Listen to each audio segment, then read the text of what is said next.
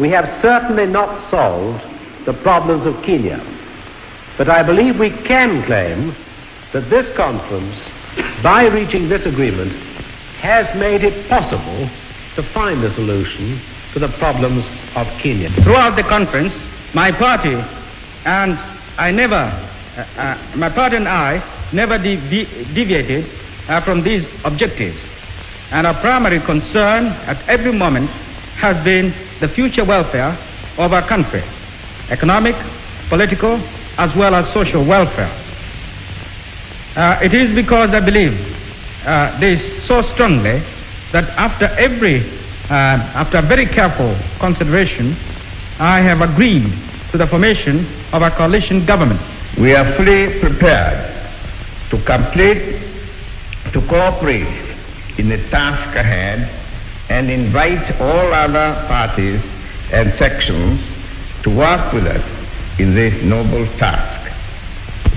It is necessary that I state clearly at this juncture that KANU shall not tolerate any effort or maneuver to slow down Kenya's independence.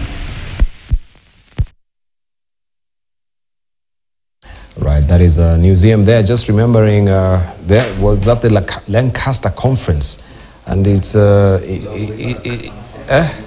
Pretty back, the same politics of today. For most people around this table now. Pretty the same. And of course, the same pillars of Vision 2030 was there: economic, political, and social welfare. Absolutely. So we've been battling the same stuff since then until now. Interesting that God at that time saying that's the direction we want to go. Yeah. Great Kenyans, Nepal. This is the national conversation of coming together that some of us are talking about. All right. Sakwa, remembering Ronald Gala?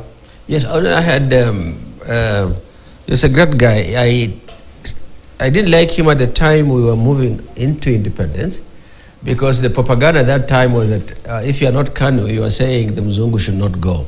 Right. So that if you are KANU, you are saying, no, the Mzungu should stay. That was not right, though. So that's how we were misled. We were young high school people. And so I initially not like, but later, I found out that he was a centrist. He was a stabilizing factor. So I got to admire him increasingly as I got older. Yeah. All right. Now, Kenya plans to cut corporate income tax, that is CIT, on earnings by 5% or percentage points in a bid to drive compliance and align with average international rates in a bruising global battle to attract foreign investors. Treasury Cabinet Secretary Njuguna Ndung'u has disclosed the Ruto administration will be seeking to reduce the standard CIT rate for resident farms to 25% from the current 30%.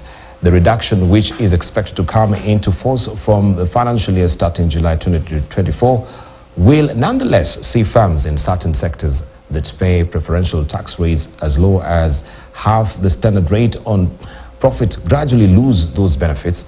Professor Ndung'u says in the draft medium-term revenue strategy, which will run between July 2024 and June 2027, that Kenya's rate, which is higher than the global average of 24% and Africa's 29%, has led to low compliance among eligible companies. The Kenya Revenue Authority is, as a result, collecting about 2/3 of the potential revenue from corporate income tax, according to the Treasury Chief, citing a study done in 2020. And just moving on as well, we can talk about the Kenya Revenue Authority, which is targeting to collect at least 50 billion shillings from a 10-month amnesty it has granted Kenya, who had failed to pay taxes by the end of last year. According to KRA Commissioner General Humphrey Watanga, the amnesty will cater to those penalized for failing to settle their tax dues by December 31st, 2022, or who had fines and accrued interest. The Finance Act 2023 has provided for tax amnesty, and this is a limited time offer that allows for the waiver of fees, interest and penalties on tax debt, I should say, that was outstanding prior to December 2022. The taxpayers who clear the principal can then apply for waiver of the principal, interest and fines, and this is according to Mr. Watanga. And we want just to discuss a little bit of his taxes right now, the VAT and the amnesty that has been granted to Kenyans. if you have been having tax issues as well, interest and waivers, this will be a good handy opportunity to actually make clear with KRA, take advantage of it. But they always say there's a sting at the end of a tail. And Bill Okero, I just wanted you to comment on that as well. Do you see any sting at the end of his tail, or this is, first of all, is it trying to get data on people who have not been paying the principal? And of course, it has attracted some interest as well. Is it trying to also widen their database as far as tax is concerned? What do you read from this? When you heard about the amnesty? Tax amnesty is not a new thing. I think for more than a decade now, they've always had this tax amnesty provided for in the finance bill to try and encourage those who may have defaulted to at least pay in give the disclosure. What is important for KRA is the disclosure, and to get a potential taxpayer on board.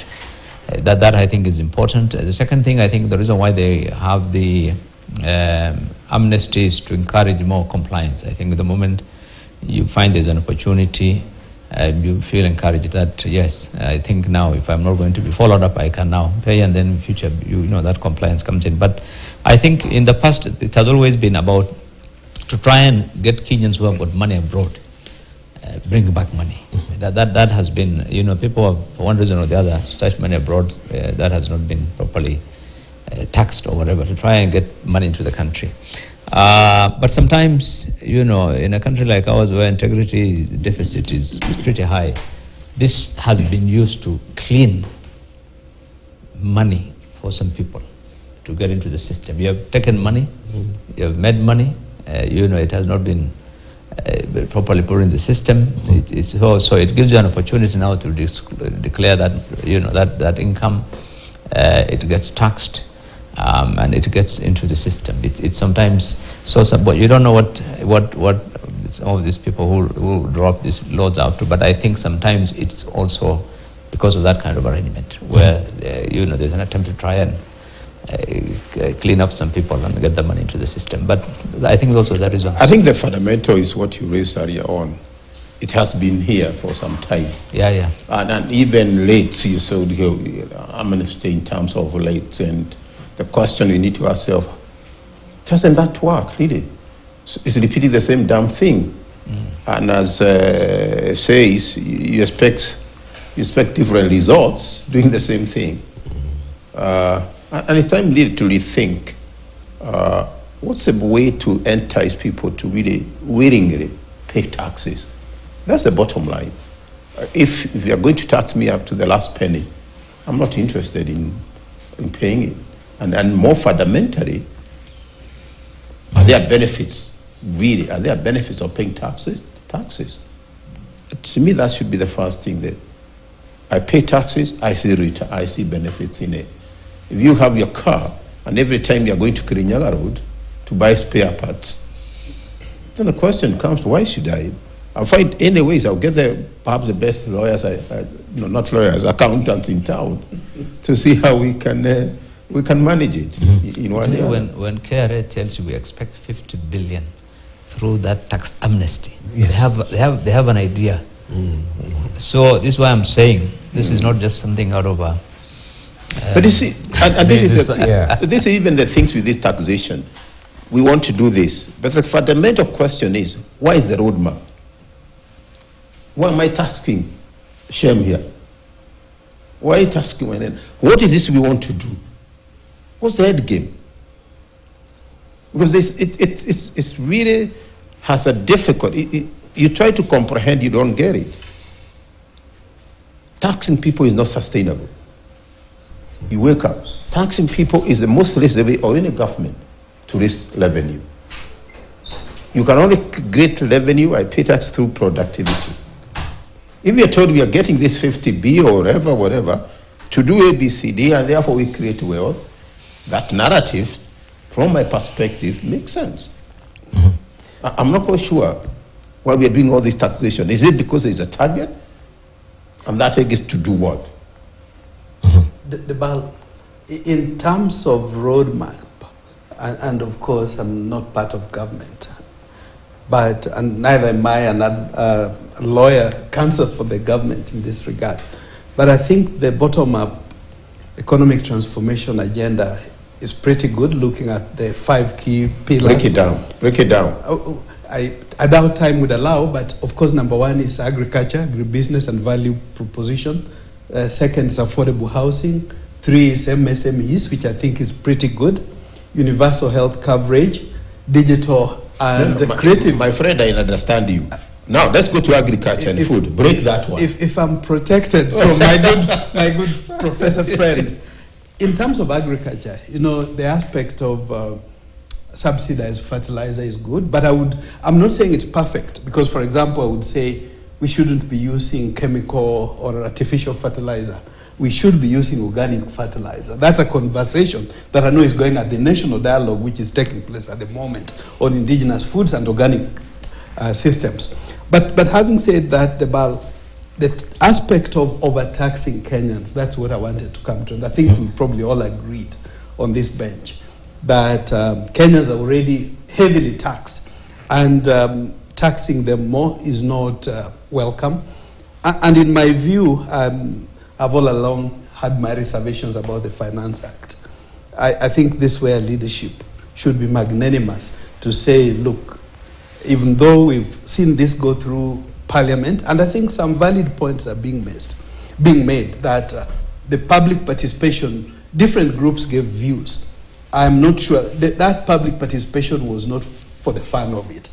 If the views were to be kind of assessed, evaluated, maybe through artificial intelligence, that gives us faithful return, obviously most Kenyans wouldn't support the act as it is. So magnanimity would require a government saying, look, although we have passed this, the courts have agreed with us in this regard, but we, as a country, we need to find a way where we move forward with everybody. And then, of course, obviously government needs money through tax to run government and provide services, but not through necessarily overtaxing. Maybe once the economy starts picking up, some of those taxes could be reintroduced. Otherwise, for me, I would be on the side of those who are saying, I think some good right moves are being made. I would give government 55%. Wow. But I may be over-generous in that regard. Yeah. But 55%, is not a very good mark, by the way, as a lecturer, former lecturer. But it's pass. It depends the system you are. If the American system is poor, American system A starts at 80%. All right. The British starts at 70%. So using the American is very poor. I thought the executive will be graded collectively as executive with 1 grade. So we have Rigathi Gachagua scoring a D and William Ruto scoring a C. So you wonder then again, in terms of grading, how do they do this? Is it they're judging you as a person, or is it as an executive? Let the deputy president enjoy the streets of Bogota in his walk. Keep him out of it. Now, on the taxes, I think people are really concerned. If you open the paper today, at least 5 new proposals of taxes. Yes. The whole week. That's what we want to go blow by blow with them. But now we are with the tax amnesty. But I think the performance of the government in the 5 years, I think my friend Shem has always been very generous. I agree with those who say 4 out of 10. I think this government has not performed pretty well on many of the pledges. And the fundamental being that they would address the issue of the economy. If anything, the economic situation is getting worse. I don't think there's anything more significant than the economy in assessing the performance of a government. Mm-hmm. So when more Kenyans are finding it very difficult to sustain themselves, the cost of living has become expensive. Mm-hmm. People have no jobs, and you are throwing policies left, right, and center which are not helping. Clearly, you appear to be a government that is confused when it comes to matters economy. That, for me, that is the most significant. Mm-hmm. I have a different view. During the last 3 years of the previous administration, I spent a lot of time trying to get a bill through Parliament to manage public debt, external public debt, levels, borrowing rates, and so on, pointing out the pressure it was putting on the domestic resources to leave some resources for provision of services. It was a pretty tough thing. We moved at a snail's pace, so we couldn't even finish it by the time Parliament was over. So when I look at where this government has come from, and I think one of the things I credit the last electoral process leading up to now was that it was largely a policy-based discussion.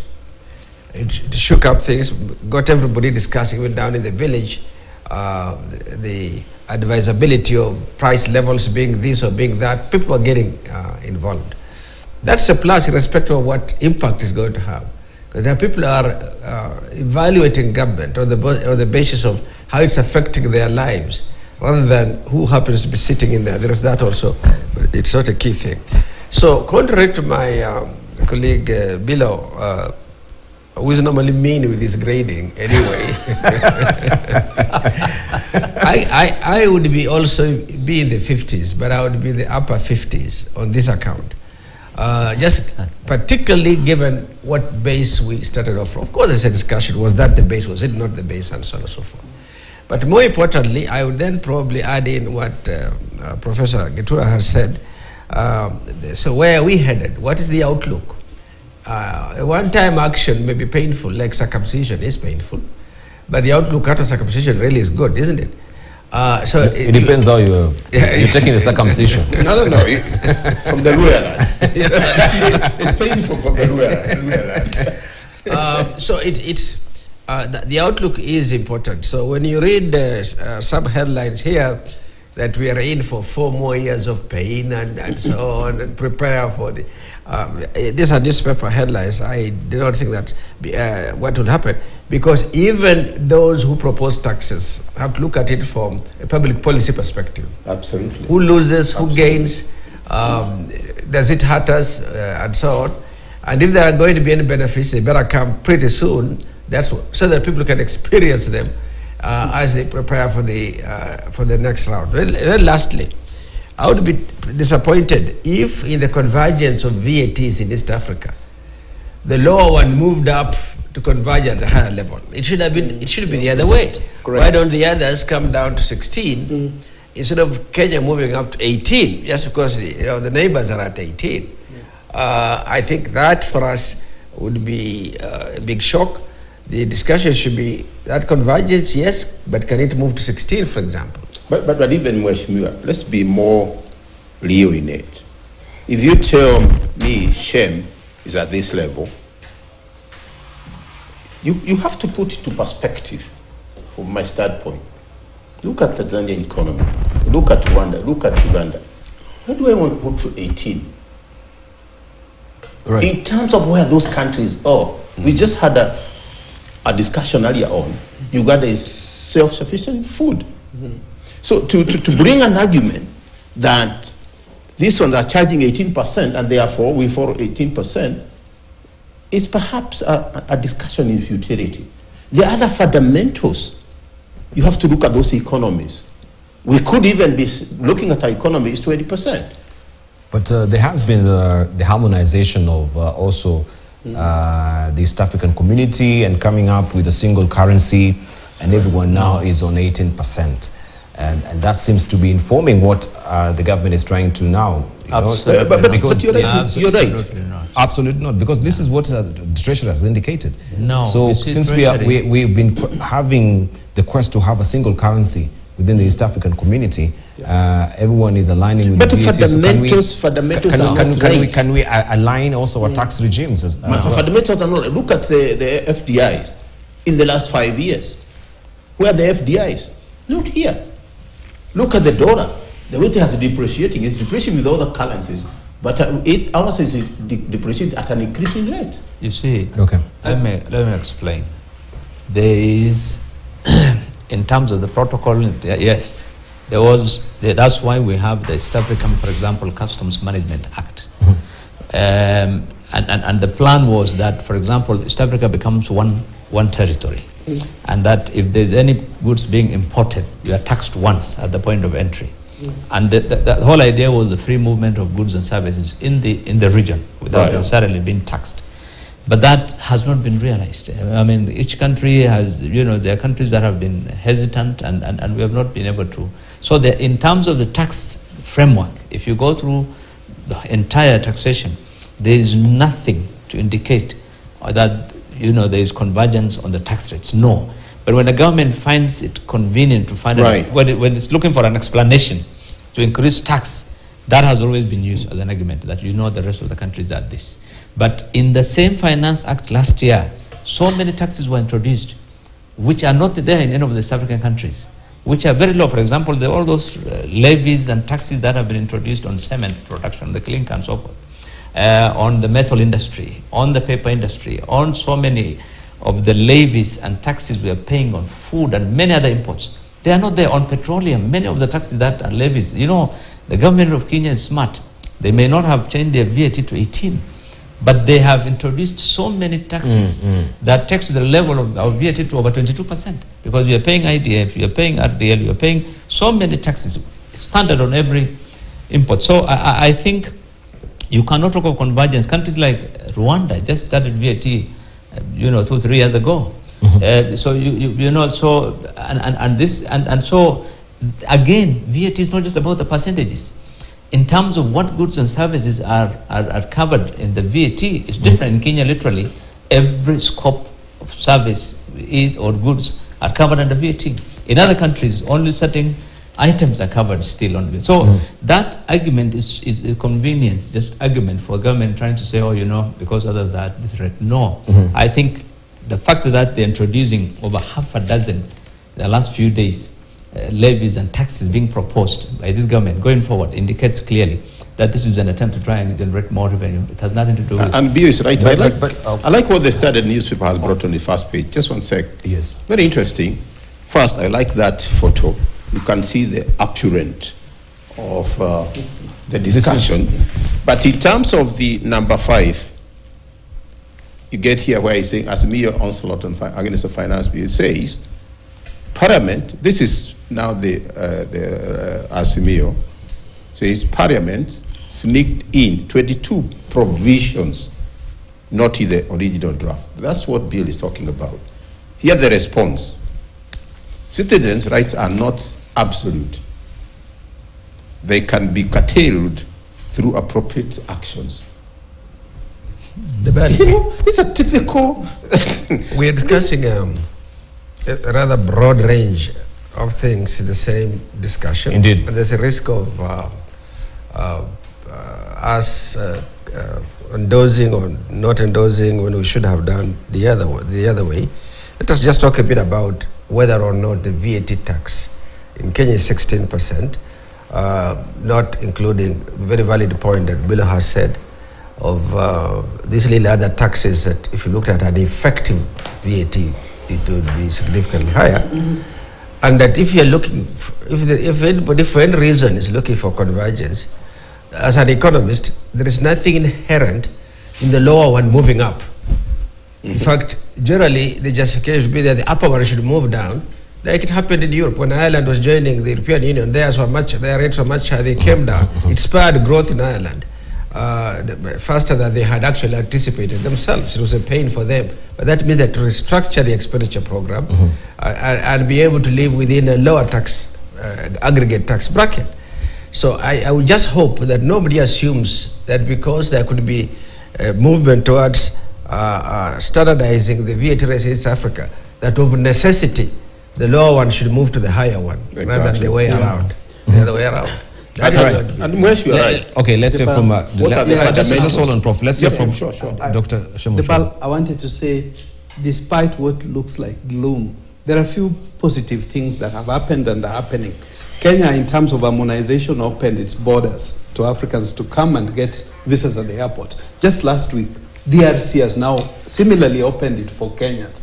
They're saying you don't need a visa to go to DRC. There are a few of those good things are already happening. But the value also mentioned... But let's talk, we're talking on taxes. So that we have Mheshimiwa mentioning, we don't have a melange of issues being raised here. Yeah, the value we set our focus is... You mentioned an important point of single currency. because all these are interrelated within the EAC. We have the East Africa Monetary Union that was passed by our leaders. Kenya shilling has lost 40%, I think, of its value just in the past 1 year. The Ghanaian one, I'm told, has lost 110%.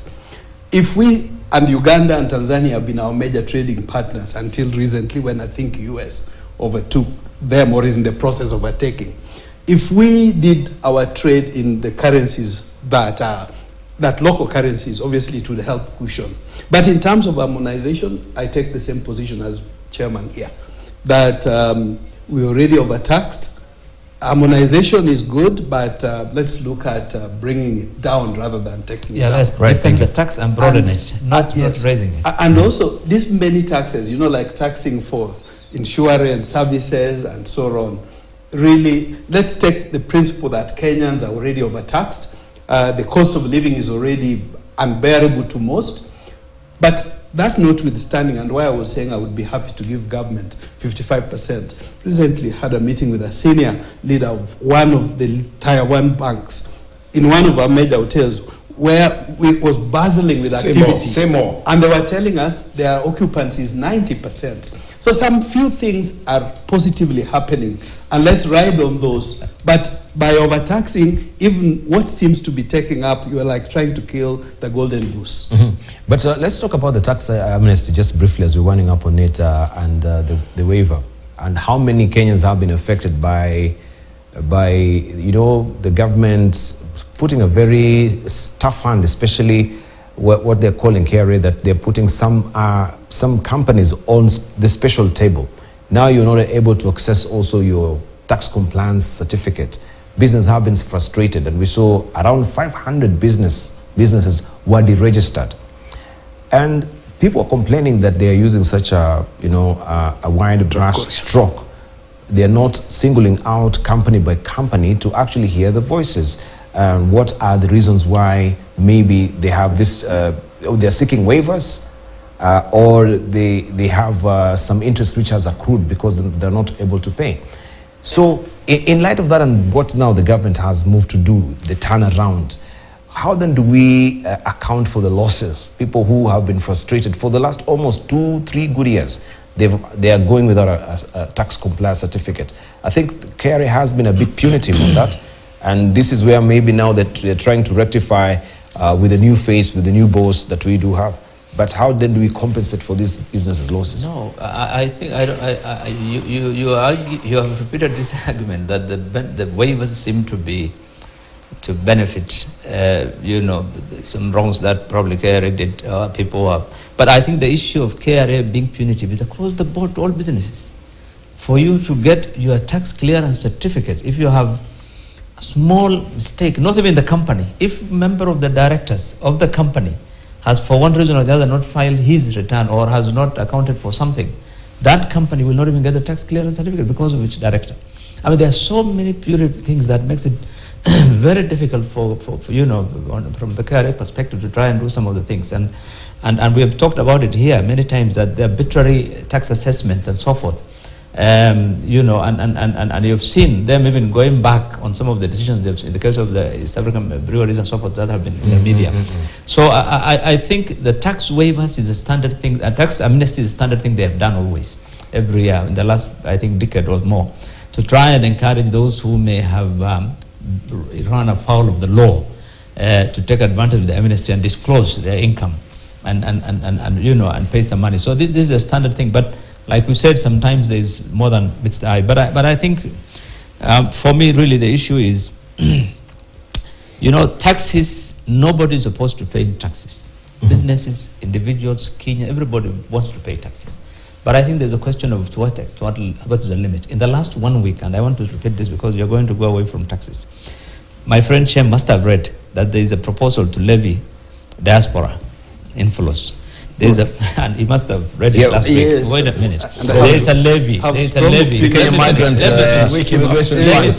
coming to it. Let me finish. You see, the Kenya government, for many years now, they have used the word levy to circumvent the tax issue, but it's all tax. That's how the housing thing also started. This week, they have come up with unemployment, there's a proposal to start unemployment levy. Here today in the paper there are 5, everything from schools to insurance claims to agriculture, to eggs and tomatoes. I mean the things that are being lined up, it's madness. So I think businesses should be allowed to grow so that they can generate income and pay taxes. But the moment you tax, the bottom line will disappear. Business will shut down. People will move to other countries. Why would anybody do business if you're not making money on it? Okay, let us just look at some of these taxes and get granular with them, where also we know the prices of buying and operating vehicles will rise if the government... All right, I think my auto cue is acting up on me. If the government goes full steam ahead and installs the motor vehicle, where is it? All right, my auto cue has acted up on me, and so I'm losing. So if we go back to it, so that we may flow together, kindly just go back to it where it was. So that is the motor vehicle. The prices will be going up if the operating vehicles will rise if the government implements proposed taxes on wealth and protection of environment. The state says in the draft medium tax revenue strategy that it is eyeing the introduction of a gradual rise in the excess duty on cars running on fuel, and also introduce an annual wealth tax for car owners depending on the engine capacity. The Treasury says the government will assess the viability of introducing motor vehicle circulation tax as a form of wealth tax. The tax will be paid annually by motor vehicle owners at the point of acquiring an insurance cover. There will be a minimum tax amount payable by all motor vehicle owners, and in addition to a graduated amount based on the engine capacity of the vehicle. This is what the Treasury is saying on this. And still, the government has set its sights on schools, extracurricular activities in a new plan to introduce VAT on education services. The move is expected to hit parents in elites and top schools that provide multiple services outside regular curriculum activities, which are currently exempt from VAT. The exemption from VAT on education that includes all services provided by schools creates unfairness. Some services like swimming, when offered out of school, are vettable. To remove this discrimination, there is a need to impose VAT on the additional benefits. In this respect, the government will explore the introduction of VAT on services provided by schools, but not directly related to education. The National Treasury has stated this. Elite schools usually offer activities outside their standard curriculum, dictating premium fees, which rise as much as 3 million shillings a year. The extra services activities usually, of course. And in light of this, we have also the Kenya Manufacturing Association, which have filed a court case seeking to block the new 17.5% export and investment promotion levy on imported goods such as steel and clinker, saying it will negatively affect their business. Their position contrasts with that of businessman Narendra Raval, who backs the levy and whose steel and cement operations are set to benefit from the recent taxation changes. The Kenya's Mugure Tande at the High Court in Milimani in Nairobi, asking for the levy to be declared unconstitutional. According to Kenya Association of Manufacturers, the levy will not achieve its intended goal of boosting local production and exports. It cited lack of public participation, discrimination, failure for the National Treasury to set up the fund, and poor quality of local available raw materials as some of the reasons they were opposed to the levy. And we're still on taxes. The High Court has now barred the Kenya Copyright Board, that is KECOBO, from releasing funds collected under the blank tape levy. Blank tape levy is a nominal fee imposed on the sale of blank media devices such as CDs, DVDs, USB drives, and smartphones, which can be used to make personal copies of copyrighted cement. KECOBO had announced that it will commence the implementation of the blank tape levy with effect from September the 15th, which is tomorrow. However, the court has stopped the process pending a case filed in court by Ruben Kigame, Celestine Bogo, and Stanley Ahoya. That is the latest, and we can see It goes on and on. It looks like, as I said earlier, there are so many taxes. We've lost count. But there's one which I feel sad about. The one on education. You really... The one on education, I'm assuming, sure especially like, with the CBC and the way they are steamrolling, talent-based. My word is like, I don't want to believe what you're hearing is true. Unfortunately, it's true. Because if that kid cannot have extracurricular, the intellectual capacity is affected. You have to have sports. You have to have this extracurricular in them. But maybe the argument here, I'm not quite sure where we are coming from. I have no clue. The bill, for me, I would take two issues. One is for Kenya Association of Manufacturers to go to court, clearly indicates something is amiss. Because ordinarily, this is a very respectable body. Was there sufficient public participation? Were their views taken on board? Can't we dialogue with them? These are meant to be partners to government, a major partner to government. So for me, that's something that means government needs to dialogue more, particularly the National Treasury. And with a light touch, with a light touch,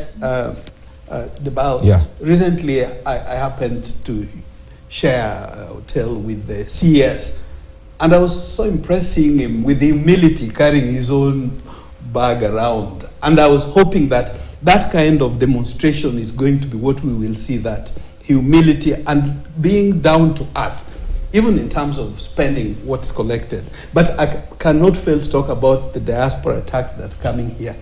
You can't kill the golden goose. There is this migrant labor fund. Maybe I hope we'll have a chance to talk about that. But in as much as it's well-intentioned, the bar, it sends very strong, very wrong signals to the diasporas who are our remedy at the moment, because they're the ones really pumping the foreign exchange into the country. And the signals we have been seeing over the past month is that it's on an upward trend. But some of these jitters actually sends wrong signal. There's quite a resentment among the diasporas. And I think government needs to. Public participation should not only be with Kenyans at home. There should be a mechanism to engage the diasporas as well. In fact, even though we welcome the creation of a State Department, clearly it's being demonstrated diaspora deserves a full ministry, maybe with the 2 State Departments, 2 or 3 PSS, so that they can sufficiently deal with this golden goose that's already a major pillar of our economy and could do much better. All right, Bill Okero, just listening to that list of taxes and more that we've not really highlighted, especially with the curricula and the schools, because I think parents are going to be affected by this. What is your input? I think you should have you should have mentioned the other 3 that other in today's papers. The proposal to introduce environment levy. Environment levy. Oh yes. The proposal to introduce the minimum tax again. If a company is making losses, businesses are making losses. Yes. KRA still wants to tax.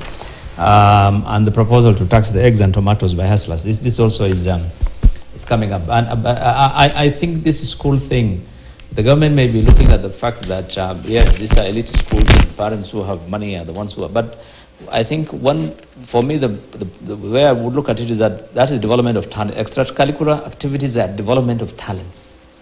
Those are the schools that give you the opportunity for people to go into swimming and very specialized arts, and that would benefit the country.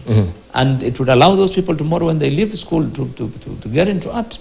You get into, those are the guys who are, so I think to try and tax that would be to discourage schools from providing those extracurricular activities.